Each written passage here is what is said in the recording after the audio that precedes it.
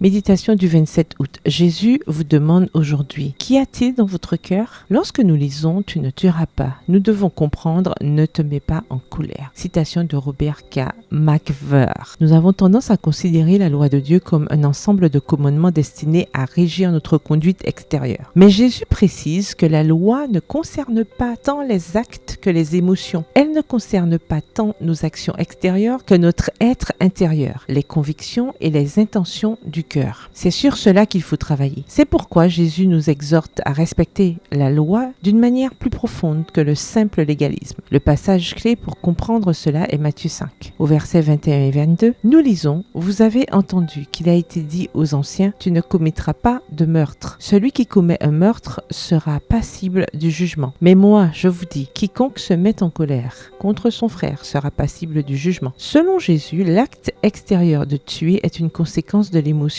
intérieure de la colère logée dans le cœur. Cette émotion est ce qui doit être travaillé, placé dans les mains de Dieu pour être transformé. Il en va de même pour l'adultère, deuxième exemple donné par Jésus dans Matthieu 5. Un regard chargé de désir, au verset 28 dans la version Summer, c'est commettre l'adultère dans son cœur. À proprement parler, l'adultère est un acte physique, mais Jésus nous aide à voir que le véritable problème réside dans le mobile intellectuel ou émotionnel dont découle l'acte. Puisque c'est dans le cœur que naissent nos actions, Jésus nous invite à réfléchir à ce qui abonde dans notre cœur. Nos convictions sont-elles en accord avec les principes de la loi de Dieu? Sinon, notre vie chrétienne ne peut manifester une parfaite cohérence avec le christianisme biblique. Nous ne pouvons pas changer si nous ne nous rendons pas compte que nous devons changer. D'où l'importance des paroles de Jésus. Elles nous font comprendre des choses aussi profondes que notre tendance à vivre une religion purement formaliste, à la manière des scribes et des pharisiens. Ils prétendaient aimer Dieu et bien observer sa loi, mais ils se sont mis en colère contre le Fils de Dieu à chacun de ses pas et à chacune de ses paroles. Avec cette colère en eux qui s'est transformée en haine, ils l'ont persécuté jusqu'à ce qu'ils le voient sur une croix. Leur expérience extérieure de la loi était en contradiction avec l'essence de la loi. Ne faisons pas la même erreur. Le verset du jour se trouve dans Matthieu 5, le verset 20. Si votre justice n'est pas supérieure à celle des scribes et des pharisiens, vous n'entrerez point dans le royaume des cieux. Bonne journée, que l'Éternel vous bénisse.